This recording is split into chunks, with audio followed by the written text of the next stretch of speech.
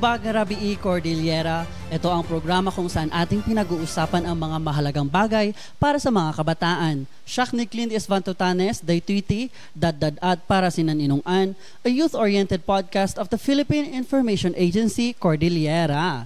So recently ay na-celebrate na nga natin ang National Peace Consciousness Month noong September, and alam nyo ba kung sino ang always nakapartner natin para sa pagpapalaganap ng peace dito sa ating lugar?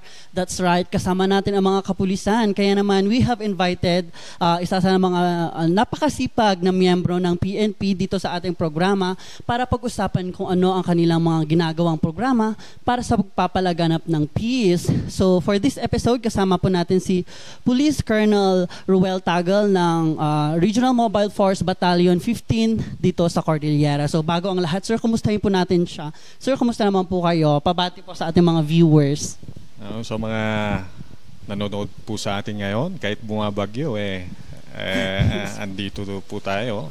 At the same time, it's an honor to be here in your program. Maraming salamat po, sir.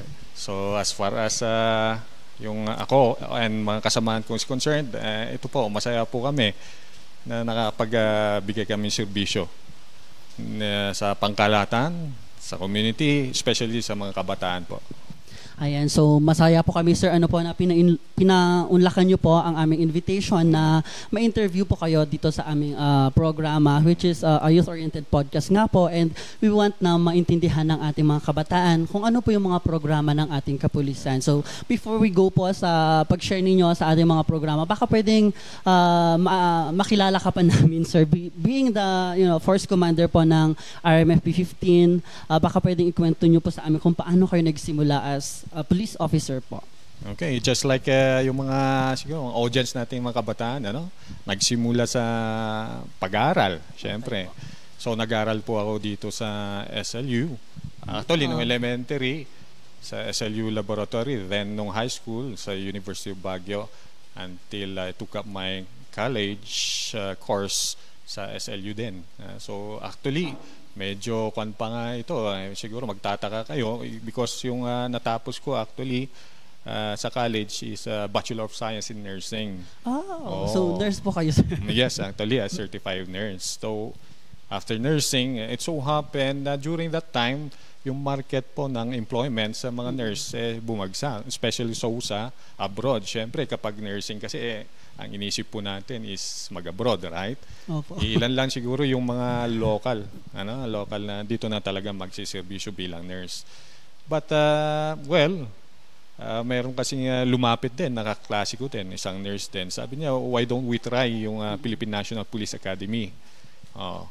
So, wala naman akong ginagawa during that time. So, I tried my luck. So, it happened, we took the exam and pumasa naman kami. Then after taking the written examination, syempre meron pa rin yung mga neuro, psycho exam and all the rest of the exams.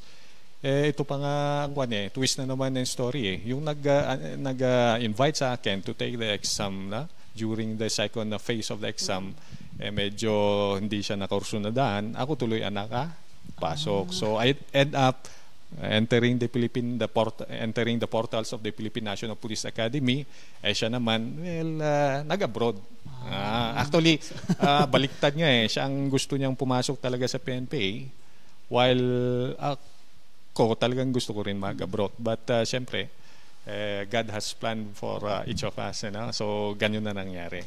Ayan, so it only shows na tayo ay may kanya-kanyang daanan na mapupuntahan in God's grace. Ayan, so pumasok po kayo, sir, sa PNPA, tama po. Kamusta naman ang buhay doon? Masaya po ba? Mahirap? Regarding kung masaya, depende yun sa mindset mo, sa akin, noong una talaga. I've already nag-mindset na ako na talagang mahirap because before ako pumasok, siyempre nagtanong-tanong naman tayo what we're going to encounter. Siyempre, aside from yung mental, na siyempre you have to go through then because they're going to give you that is mag-aaral ka din doon.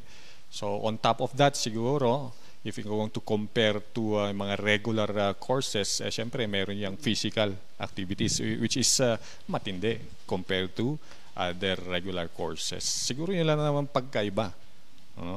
Yes, nakatulong naman po sir yung since graduate po kayo ng nursing and nakatulong ba siya during your stay in the Actually, yes, I think I feel more confident because in the first place, syempre yung maturity natin medyo may sense of maturity na tayo na tinatanggap natin kahit gaano hirap din ng training at saka buhay dun sa loob, tinanggap natin. It is because in the first place, yun ang pinili natin So panindigan na lang natin that kind of maturity siguro. At saka sa akin din, isang mindset ko rin, once na may pinasok akong isang bagay, tatapusin ko talaga. Yan nga, exactly nangyari. So mahalaga po sir na condition po yung mind natin. Yes. It's more of mind over matter before sa lahat siguro ng sir, sa lahat ng ginagawa natin sa buhay, hindi natin magagawa yung mga bagay kung hindi talaga tayo nakakondition sa ating utak. Yes, exactly. Actually, it is more actually kasi yung things that's happening around us or mga circumstances around us, we don't have any control over that. Yes. Pero ang may control tayo is yung pag-iisip natin.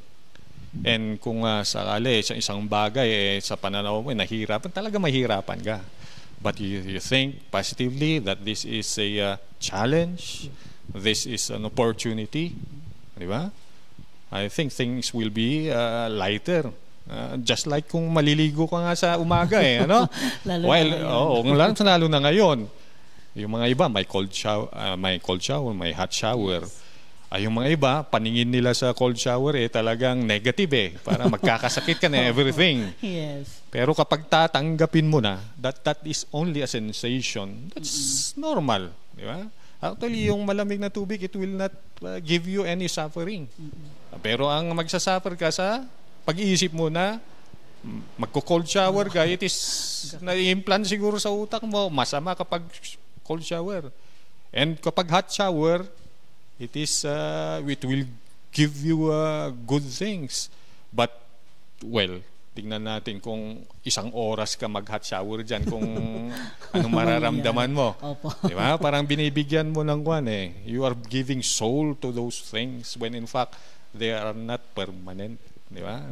That is actually what makes us suffer and what makes things difficult for us. Yun nga, pananaw on how we're going to see things around us. So itong na-mention niyo sir na positive thinking, it comes all across naman po siguro sa ating mga members ng PNP Yes. Kasi nakikita ko yung Cordillera PNP home to the most disciplined camps, correct? Ayan, so ano pong nakikita niyo sir na reason bakit ganun po ang bansag sa ating mga kapulisan dito sa Cordillera? Well, it has something to do with a culture on how our parents brought us up, di ba? Pinanganak pa natin yan nga yung kultura natin, yung disiplina. At yung disiplina kasi while maybe sa una siguro mahirap yan, because baga yung comfort zone mo, you will be taken away from yung comfort zone. Kaya ang kwan natin is mahirapan ka talaga sa sa una lang naman. Sabi nga nila, while discipline will make today hard, but will make tomorrow easier. While, usually, pag ayaw mo na didisiplina, usually nang sinasabi natin sa mga magulang natin o kaya mga instructors natin o mga trainers natin, we have excuses, right? Yes po. Now, if you're going to make excuses for,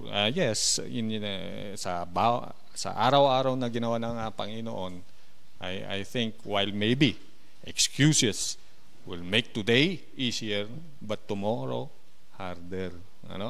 So siguro yung tanong mo kanina kung bakit home of the most disciplined cops na bansagan po tayo dito sa Cordillera, it is because nakikita natin yung advantage niyan At saka it is ingrained na sa kultura natin. Not if you have discipline, we should be also proud of ourselves. I think those are the things that we should be proud of.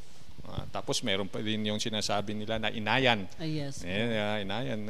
If you're going to do bad things, syempre, the whole community will curse you. Di ba? Yun din ang nakakatakot, ano? Totoo. Akala mo, pinagsakluban ka ng buong mundo. That's correct. Yun din, natatakot din tayo to be an outcast also. So, yun siguro yung mga nakakatulong kung bakit tayo nabansagan na most disciplined cops nationwide.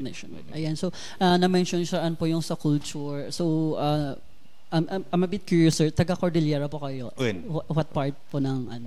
Actually, ni nanang ko is from Kabayan. And actually, Tadjan of Mountain Province. Okay. I'm from Tadjan po, sir.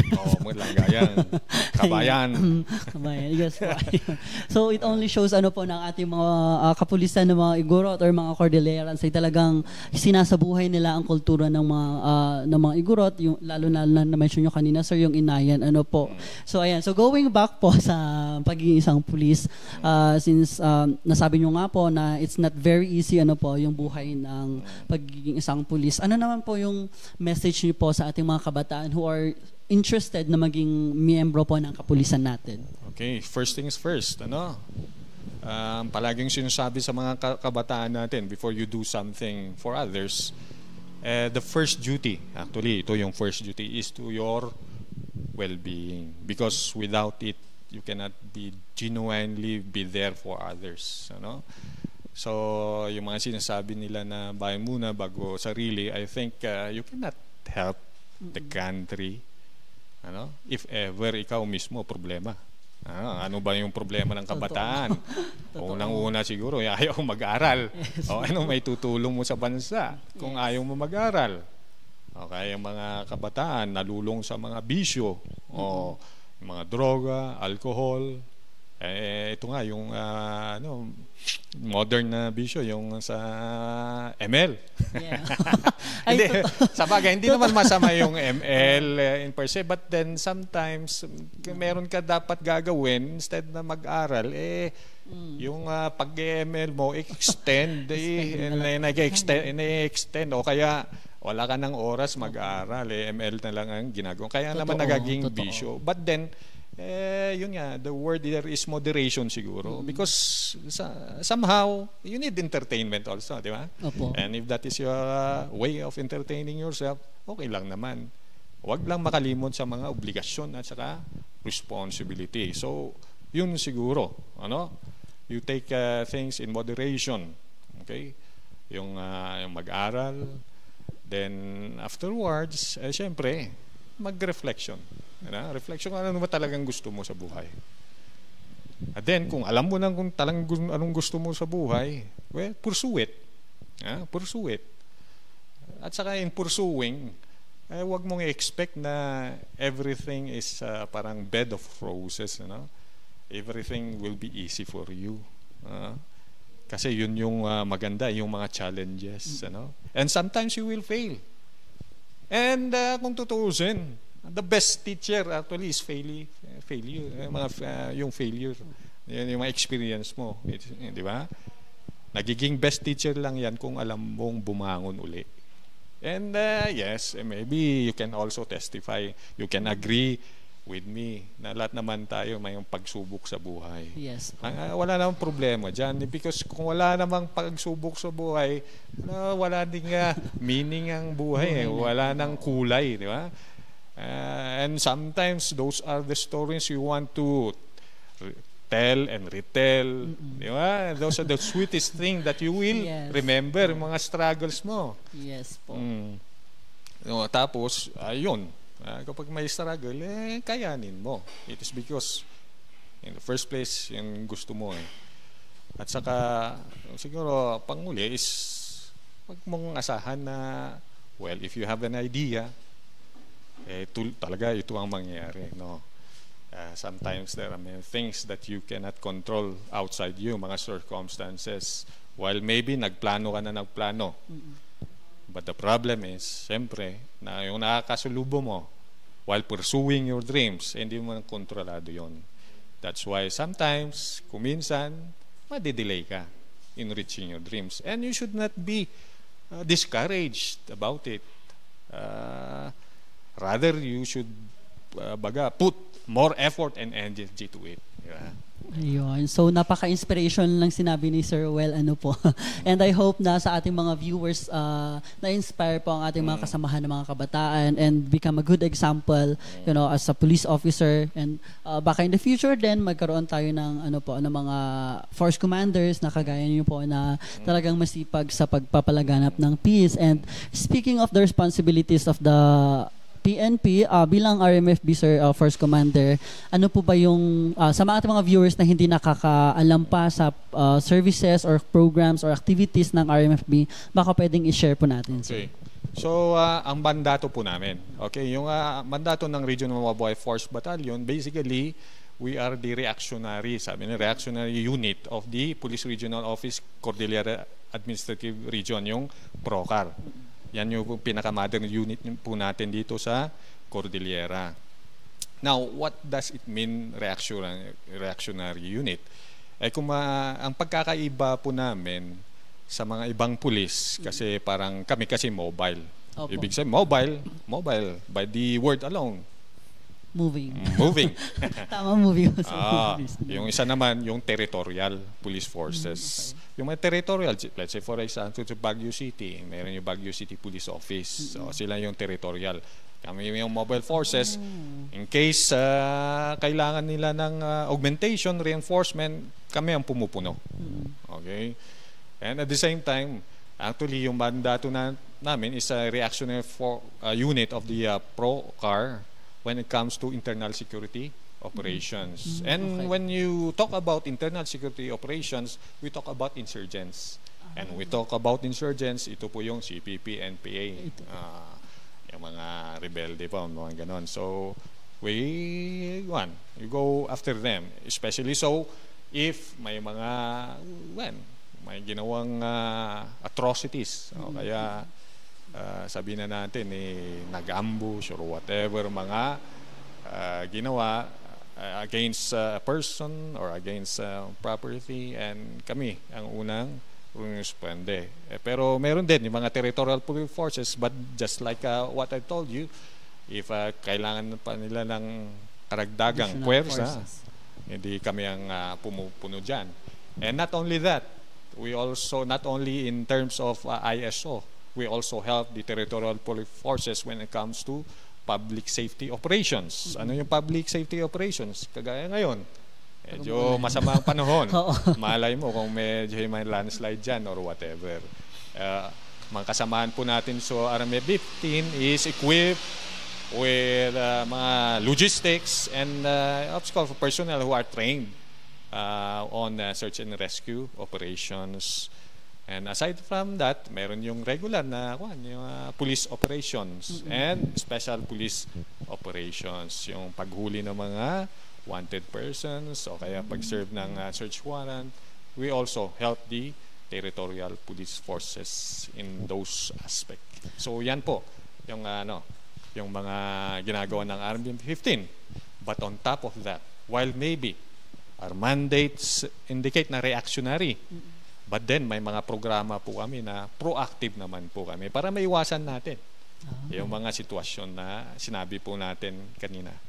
Ayan, so more on action po talaga ang RMFB, sir. So you move from one place to another, or may mga offices po ba kayo sa mga province din, or paano po yung structure nyo, sir? Actually, I have 5 companies, Yung we have the technical support company. Actually, it is located. We are actually co-located with even the battalion headquarters is located with yung Procor headquarters, regional headquarters diyan sa Camp Dangwa. Andun din po kami. Pero yung mga ibang kumpanya, let's say for example, yung 1501st, nakabase po yan sa Ifugao. Okay? We have the 1502nd, nakabase po yan sa Mountain Province. 1503rd, nakabase po yan sa Kalinga. And we have the 1504th, yun sa Abra. And the last company that I have, the 1505th, dun naman sa Apayao. Kaya distributed po kami. Ayan, so makakaasa ang mga taong bayan, sir, na kung saan man sila dito sa Cordillera, there will be help. If in cases na kailangan nga talaga ng tulong, there will be help from the RMFB. Ayan, yes, so po. I'm so happy na nabisita ko po yung sa Apayao, sir. Sa Apayao, It's a very sa 1505. beautiful place. Yes. Happy. Ayan. So, speaking of dun sa proactive, sir, na activities niyo po, baka pwedeng i-share niyo po sa ating mga viewers kung ano po yung mga proactive na activities ng RMFB. Yes. So actually, we have a name for that proactive program, and that is yung Ilocano Panagaywan Iti Kailian. Okay. And under the Panagaywan Iti Kailian, we have 3 projects. We have the Binadang Cordillera, we have the Balik Academia, at saka yung sa Liwanag. Now, in general, what is Panagaywan Iti Kailian? By the name alone, alam na natin yan siguro. But then, to explain it further, this is our effort. Actually, we consolidate, collaborate. First una is consolidate yung mga services. And we, siyempre, collaborate with concerned mga agencies. Ano ba yung mga consolidate namin sa mga social services? And what are these social services? We have health, education, we have livelihood. We have, siyempre, yung sa amin, peace and order, and other social services. So, while maybe, hindi naman kami yung pangunahin na ahensya ng gobyerno to deliver that, but then we coordinate. We coordinate with these agencies, we collaborate. And not only mga government agencies, even yung mga non-government organizations and individuals, private individuals and groups, we go to them. So, ang ginagawa po namin, pumupunta kami sa mga, may term tayo dyan, mga GIDAs, geographically isolated and disadvantaged areas. In short, kung saan mga, siguro, less fortunate na kasamaan po na ng mga kababayan natin. Well, we have to accept na hindi po lahat parang kagaya po natin, kagaya ng mga viewers po natin na kayang-kayang, yung mga parents na kaya nilang yung mag-aral, They have their convenience na scholar sila ng mga parents nila, kung pupunta ka sila talaga sa liblib, meron pa rin. Na while maybe despite of their desire to go to school, pero wala talaga They don't have the means economically, talagang down sila. So with the Panagaywan Iti Kailian, maybe through the different mga frontline agencies or giving the services, and itong mga non-government organization and individuals, mga resources na ito, we can deliver it to them so that at least they will be given a chance in life, just like you and me, na makapag-aral and to break the cycle of poverty, because sabi nga nila, education is the great equalizer. Tama po ba? Yes po, that's very true. Yan talaga. So we are trying to do that. So yun nga, nasabi ko rin yung Panagaywan Iti Kailian kasi it has 3 projects also, because Agaywan Iti Kailian, hindi lang naman yung nagbibigay ka ng ayuda Yes po. So while maybe ito yung first project, we had the Binadang Cordillera. Okay, the idea there is kagaya ng sinasabi ko, anong ginagawa namin sa Binadang Cordillera, through the help of the other government agencies and other yung mga concerned mga individuals who has the ability to share yung mga kwan nila din, yung blessings nila. Yan, we are able to do yung mga outreach, medical dental mission, and yung mga similar activities na maganon. But then, ang maganda kasi nito, while nagbibigay kami or after nagbigay kami, we invite also, especially mga individuals, who came from, if you're going to listen to their story, from rags to riches, na they're going to inspire the people. Kung kami nga galing sa sitwasyon namin, kung kaya namin, kaya nyo din. So, ganun na nga. Hindi lang kami nagbibigay, but also to inspire them to do the same. And when they will be like those people are giving this mga goods, when if ever because of this they were able to empower themselves and they were able to reach yung tugatog din ng success nila, then they have to develop that pay it forward culture, para at least can you just imagine a society helping each other? Yes.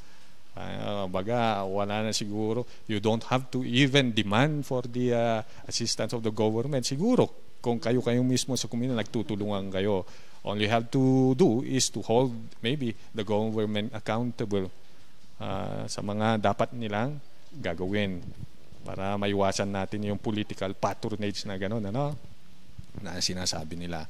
So that is the Binadang Cordillera. So next is yung Balik Academia. Yung Balik Academia, it has something to do with education. Okay? So it has been, marami ng accomplishment ang mga kasama po natin. Just like yung palagi kong sinasabi na example, na once upon a time, there was this couple, They actually former rebel sila. Siyempre, they have trust and confidence na sa mga kumpanya natin, lumapit sila. Then may anak sila, hindi nila mapag-aral. So from there, kinuha naman ng ating kumpanya. Then company meaning yung actually this happened in Abra, so pinag-aral ng elementary, high school, until nag-college. From nung nag-college, ito na, nasabi naman ng bata na he wants also to enter the Philippine National Police. Also nag-college, criminology, natapos niya, nakapa-board exam, kompleto na sa requirement, basic requirement, o in-assist na pumasok sa PNP, and he's already one of us. Oh my God. So yun yung isang success stories din. Baka sir, mabigyan tayo ng time to invite din siguro siya to tell the story. Yes. I think andyan actually, kung di ako nagkakamali, from Abra, andito na Baguio, wala pa, Sabra pa. Sabra. Sabra. Siguro soon. Ang ganda ng story kasi niyan, sir, po kasi it only shows na very effective po yung ginawa nyo para matulungan itong mga bata. Actually, yes. Actually, sa amin naman, minimal naman yung tulong namin, but yung effort is more on the child. Yes po. Because of his mindset na ayaw na mapareha siguro sa parents niya, So because of that motivation, because of that drive, talaga natapos na. Ito nga, okay na, di ba? At saka yung isang kuwan na naman ng Balik Academia, actually, meron naman ito yung mas maganda in a sense na more sustainable nito, It is because with this yung SICON, yun yung first form ng Balik Academia. Yung second form is yung sa capacity building, more on skills, kasi meron kasi iba sa atin na napagdaanan ng oras na baga medyo wala na, hindi na talaga yung formal education is na hindi na para sa kanila So yun dapat hindi na rin nating pabayaan. Now we give hope also to them. So we partner with Career Builders, kaya yung CEO nila si Sir Jose Chan. Ang ginagawa nito, ang ino-offer nito, actually they accredited ito ng TESDA, and it's being helped by USAID. At saka yung Philippine Business Education, PBED. So itong partner namin, tulong-tulong sila para mabigyan ng, yun nga lang, hindi formal education but skills. So mostly yung construction skills, So they provide 2 weeks training, then after 2 weeks training, diretso na employment. Kaya under this program more or less 200 na kami natulungan diyan. Wow. Magandang gawin yung story yan. Actually. Magandang feature yan. Si 200 plus. So, anyway, kilala mo na si Dwight. Mayroon siya yung kukulitin ko na. Meron yung storya sa kanya. And last program. Yes. Yung Binadang Cordillera. Balik Akademya. Then ito equally important. Ito sa mga siguro nanonood sa atin. Ito yung liwanag. Ang objective namin is to bring ito mga kabataan. We bring the maturity in a level that they can better understand their surrounding. And if they can better understand the surrounding, syempre, that is security in itself, di ba? Kasi kung minsan dito nga pumapasok yung paglilinlang, yung exploitation, yung deception, ina-agitate itong mga kabataan, and so on, just to join itong mga questionable na grupo, and we don't want that to happen. Kung minsan meron pa nga nagtataka to, ang tali-talino naman itong bata, bakit andun na sa bundok kung ano-anong ginagawa. Totoo. Di ba? Bakit nagkaganon? Siguro yun na nga yung level of maturity. We have to raise their level of maturity by inviting yung mga kabataan din na who have experience, yung mga ganon na masaklap na buhay, to the extent na nagsisisi sila na ngayon. I think and the best way to you don't have to go through that para mag-mature. They only have to learn from others' experience, and ayun nga yung effort din namin, just so para at least hindi mawala sa landas itong mga kabataan po natin. So talaga namang napaka-noble po ng programs ng RMFB, yung proactive na programs ng RMFB, kasi can you imagine yung mga natulungan nyo po na kabataan, pinag-aral, tapos binigyan ng skills, and ngayon to ensure na hindi sila mapunta sa maling landas. So napaka-comprehensive po ng programs ninyo, and talagang binibigyan nyo ng atensyon itong ating sinasabi nga nila na future ay yung mga kabataan. So saludo po kami sa inyo.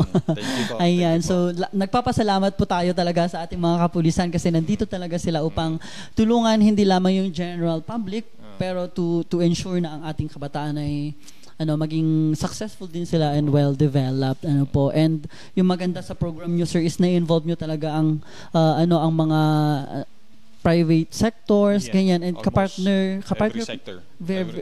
din talaga sila, and makikita nila na siguro magandang din ito, platform para sa PNP na maipakita na the PNP cares sa future ng kabataan. So dami ko nang sinasabi.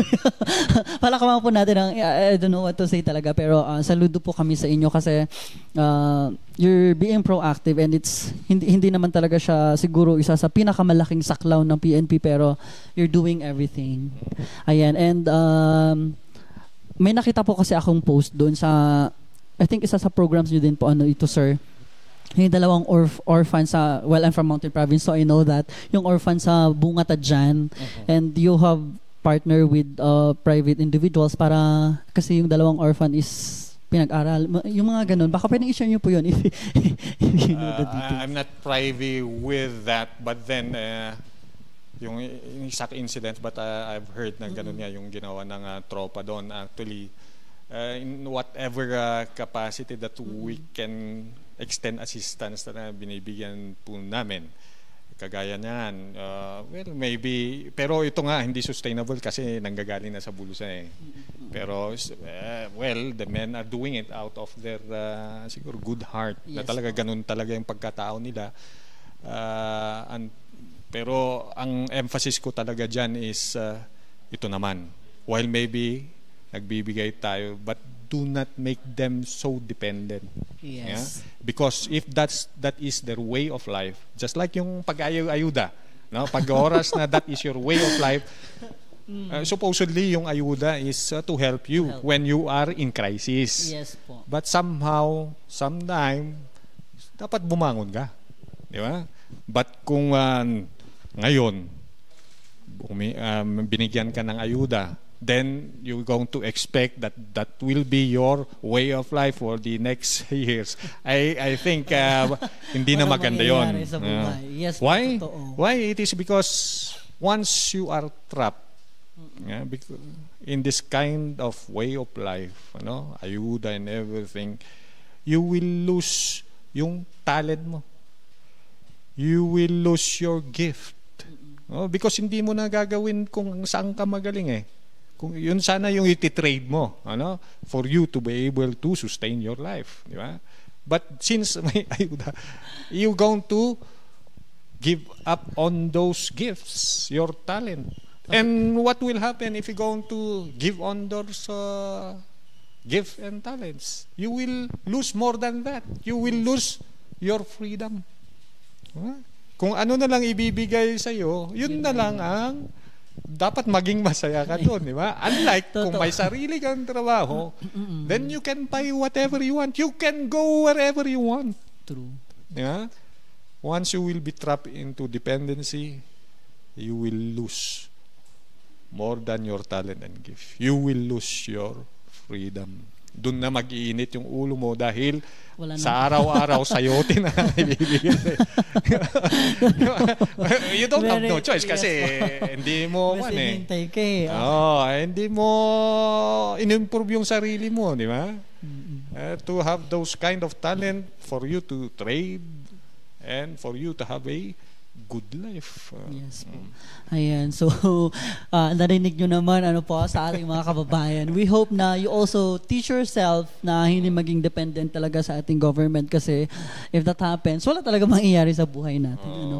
And ito nga palagi kong sinasabi sa mga whenever I speak in public, baka tinatanong ko sila kung tutuusin, sabi ko sa kanila, mas mayaman kayo kaysa gobyerno. Nagtaka sila kung bakit daw. Ikaw ba, may ilan ba utang mo sa buhay? Magkano bang utang mo? I-compare mo yung utang ng gobyerno natin. Mas malaking utang niya. Ibig sabihin, mas mayaman nga ba? So, while maybe may manaibibigay ang gobyerno natin, but tulungan din natin. It is because pag tinulungan natin sarili natin, parang tinutulungan din natin ang ibang kababayan po natin. Instead of the government spending time and effort to you, they can shift itong effort at saka itong mga programs nila sa ibang talagang nangangailangan. Yes po, very totoo yan. Ayan, so since na-mention nyo nga po na ito ang mga programs, ang daming programs po ng RMFB para sa ating communities, kabataan, and whatnots. Ayan. Paano naman po makatulong ang ating community para paano nila masuportahan ng RMFB sa inyong ginagawa po? Syempre, unang-una dyan, kung they approve. Sa amin, if they approve of what we're doing, yung saya na nararamdaman namin walang kapalit. If there's a sense of approval sa mga pinagagawa po namin, malaking bagay na po yun. Pangalawa, kagaya ng if ever yung mga some sectors, some individuals alam naman yung mga programs po natin gustong let's say for example makatulong sa ibang tao but they don't know how to reach those isolated areas, or sa amin kasi ang ginagawa po namin sa mga partners po namin, especially mga private sector, is ang sinasabi sa amin is sige, tignan nyo kung sino talaga nangangailangan. So we try to direct may mga company commanders ko na yan, tingnan nyo, list down para kung ilan ang nangailangan ng ganito and so on, then i-consolidate po namin, tapos yun na lang ay bibigay namin po sa mga benefactors po namin, and they are the ones who going to provide those goods or services, then ilalapit na namin po. Ganun po. So sa mga members of the community, if you have the capacity to do that, why not? Diba? Especially sa mga nagsusobra dyan. At saka mga naman, the community na members of the community who don't have that capacity yet, they want to help, wala namang problema if they're going to join us also. Sa pagbibigay, pagdidistribute ng mga goods na mga ito. Ayan. So, di bali sir, dun sa approval naman, since we are working in the media, nakikita namin po kung paano yung response ng ating mga tao, especially sa mga ginagawa nyo na programs. Very positive naman po kasi basta na pag nakikita talaga namin na may ginagawa ang police, especially pag sa mga outreach programs, malaki talaga yung engagement na nakikita sa mga posts. So, it only shows na positive talaga yung feedback sa inyo po pag sa mga ganun na programs. Ayan, so para naman po sa ating mga kabataan, sir, especially na, alam mo na, may mga organizations na medyo tricky talaga yung term. Ano pong message natin sa kanila para alam mo na, sir? So, sa mga kabataan, hindi natin mawawala yung idealistic nila mga yung mga alam ko naman very idealistic kayo, ano, but sometimes this idealism, maybe someone will take advantage of this, mga grupong very unscrupulous individuals, ano, alam nila na very idealistic kayo, kaya siguro while you are young, siguro ang magandang gawin natin is to focus on self-improvement. Ano? While while pursuing yung 4 cardinal virtues na ini-introduce ko din sa mga kabataan, which is very applicable, ano? It's very nice, ano? I think it will lead to success. Yung una-una is yung practical wisdom. What is practical wisdom? The ability to navigate complex circumstances in a logical, informed, and calm manner. Okay? Well, logical. Okay? Kapag nasaktan nga, tapos you are very vindictive, sasaktan mo rin yung tao na nagkasakit sa'yo. Do you think yung sinatang mo tao, sasabihin niya, thank you, I've learned my lesson? Hindi naman siguro, di ba? Sometimes we have to be patient also with other people. At saka, yung ayaw mong gawin ng iba sa'yo, huwag mo nang gawin sa kapwa mo. Inform. Sa mga kabataan, kuminsan, while maybe we are so techie tayo, alam natin, we are so connected with the world through the internet. Sometimes, we feel na kayang-kaya na natin yung how to deal with life, no? But still, meron tayong mga parents, mga elders po natin, mga teachers po natin. And wag basta-basta napapaniwala sa mga fake news. Okay? Yung last, ano, is yung you have to be calm. Ano? Sa lahat ng bagay, once we going to decide, tapos we are, sabihin na natin, we made that decision na baga galit na galit tayo, there's a chance na magiging, there's a big chance that you going to regret it. Di ba? Do not base a permanent decision, do not make a permanent decision based on temporary feelings. Yeah? Yan yung practical, yung sa wisdom, practical wisdom. And we have also temperance, isang virtue. And, you exercise moderation and self-control in all aspect of life. Hindi porke, sabihin na natin, sa mga kinakain natin, di ba? Simple lang.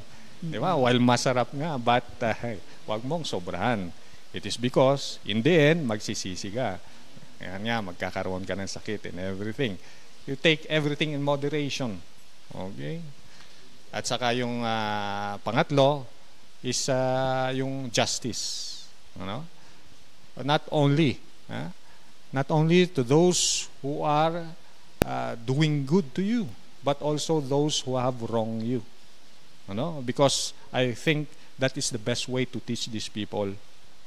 Kung naging masama sa sa'yo, be good. Maybe they will understand na that is the right way to do. But if you're going to do similar things, pag sinampal, sanhantong yun, kundi labanan. Labanan, wala kang na-resolve, di ba? Yes po.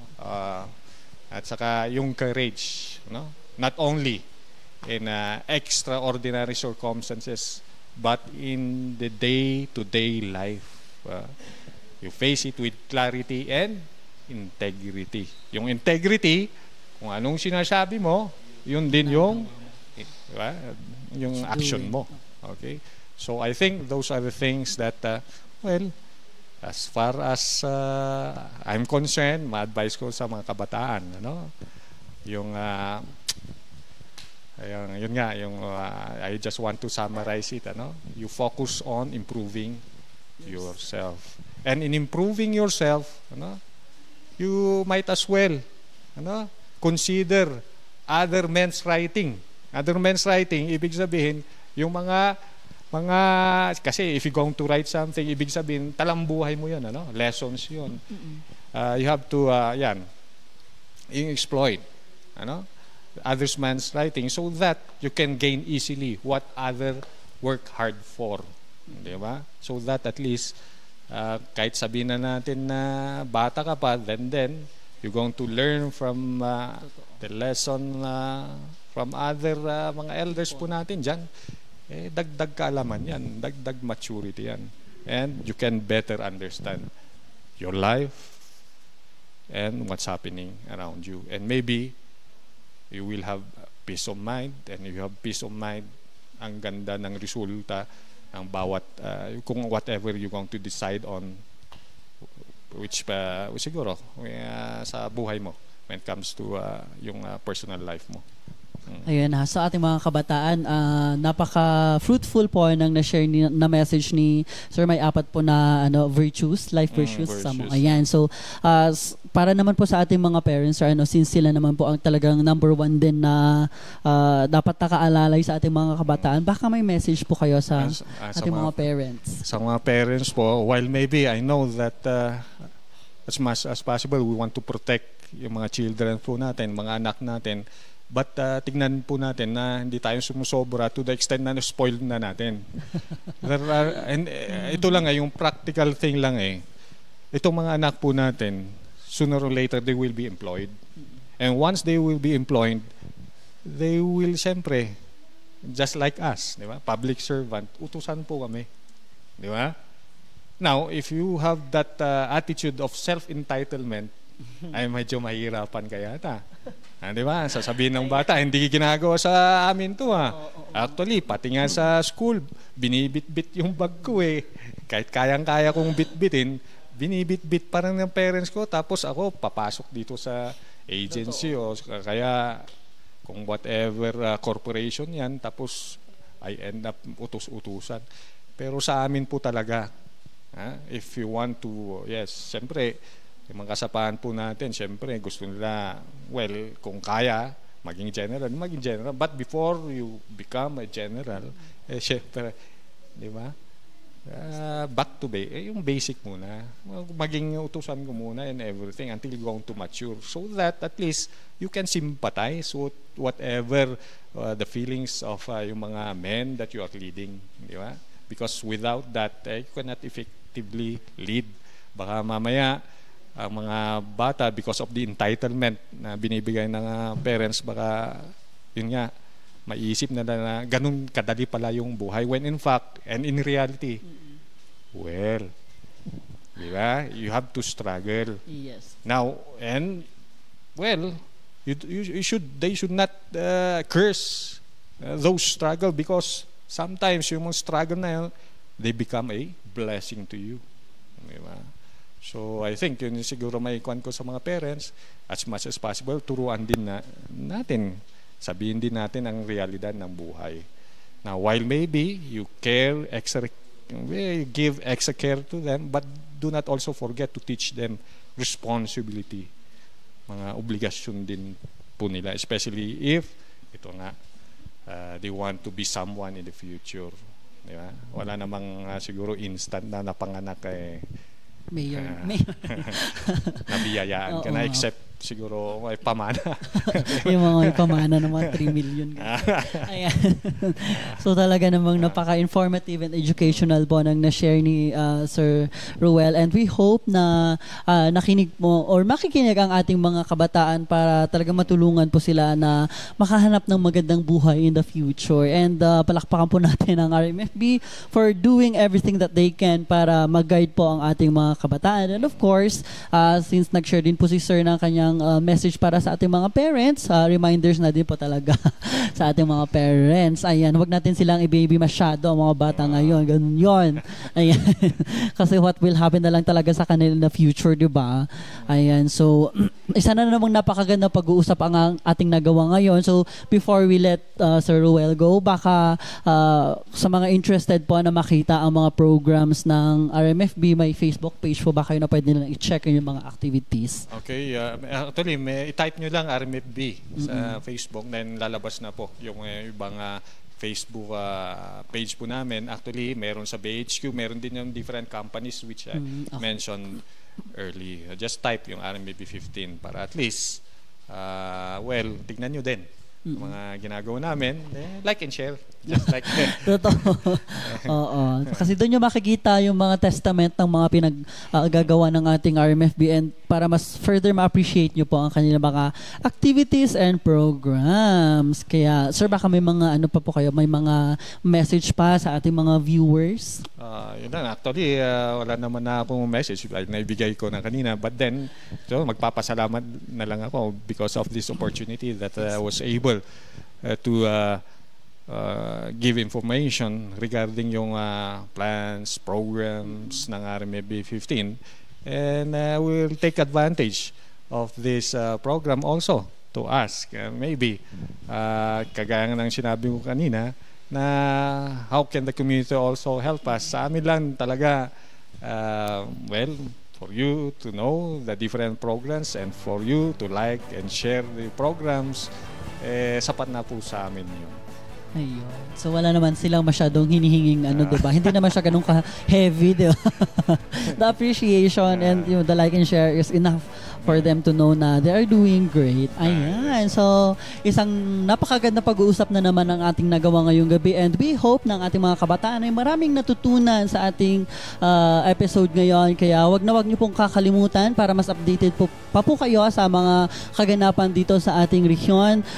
Always follow and like ang Facebook page po ng Philippine Information Agency Cordillera. Yun po ang pangalan namin. Available din po kami sa TikTok, sa YouTube, sa X, and we hope na i-like nyo din and follow ang aming mga stories na nandoon para makita nyo pa ang mga nangyayari dito nga sa ating rehiyon. And maraming salamat po sa inyong lahat. Bye-bye! Sir Boy Puta.